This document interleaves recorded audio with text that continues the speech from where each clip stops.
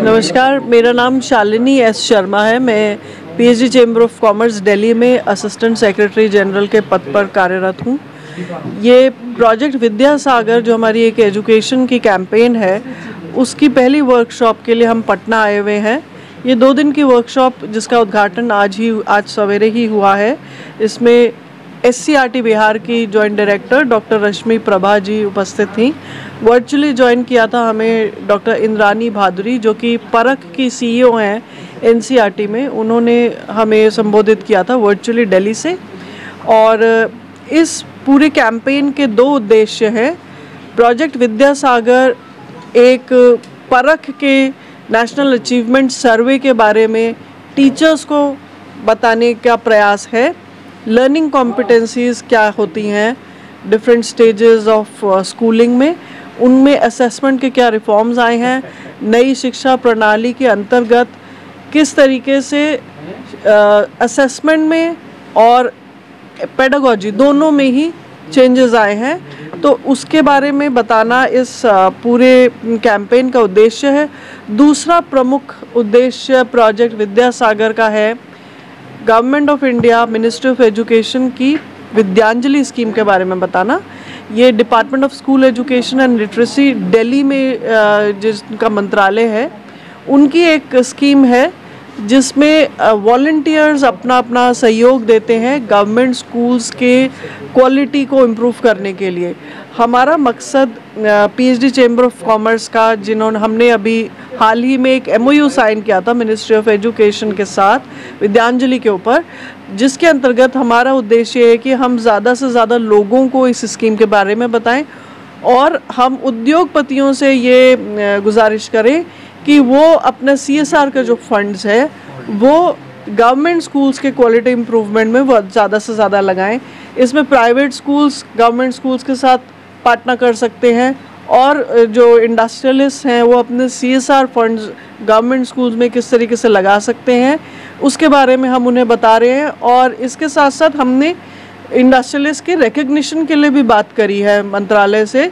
तो एक अलग से वेब पोर्टल बना रही है मिनिस्ट्री, जिसके अंतर्गत जो उद्योगपति अपने CSR के फंड्स एजुकेशन में लगा रहे हैं, उनकी एक शोकेसिंग होगी, जिसके लिए पूरा काम पीएचडी चैम्बर ऑफ कॉमर्स करेगा।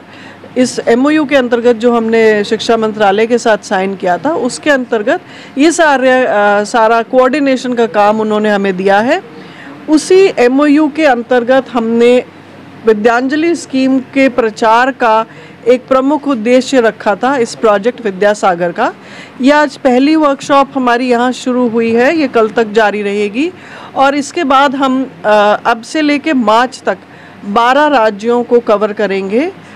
हमारी दूसरी इस विद्यासागर की दूसरी वर्कशॉप श्रीनगर में होगी। Not only the Bihar or UP, and since when I'm calculating an average, since India is having 28 states and union territories, when we even based on any assessment criteria, when we are going for an average, the other states data also will affect the data of the others, the states like UP and Bihar. It's not because of the below average, but the system, our education system, if we focus on the quality, even the government system can improve. Since we have a best quality teachers, since our government school teachers have been recruited using a systematic procedure, there are various ways to recruit teachers. We have quality teachers.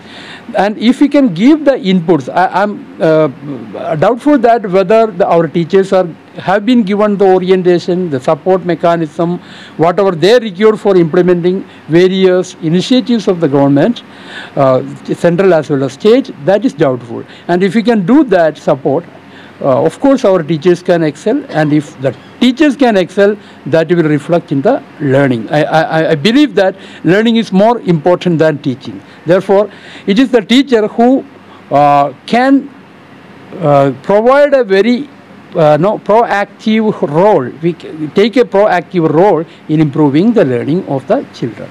I feel this type of workshop, this is only a starting. I think not only the PhD chambers of commerce, other organizations and industrial leaders also, by taking this as a starting, will take initiative for improving and organizing lots of other programs, and of course that programs will benefit all the teachers. And if the teachers also, if they take something from here, whatever they are getting, and if they are implementing, okay, if they are getting something and not using, then no meaning. If they are taking something and going back and using it effectively in the classroom, of course the result will be there. I feel that that is what the LACNA, the teacher orientation, teacher induction, I feel we don't have a dedicated mechanism for doing that. If we can do it, we can improve.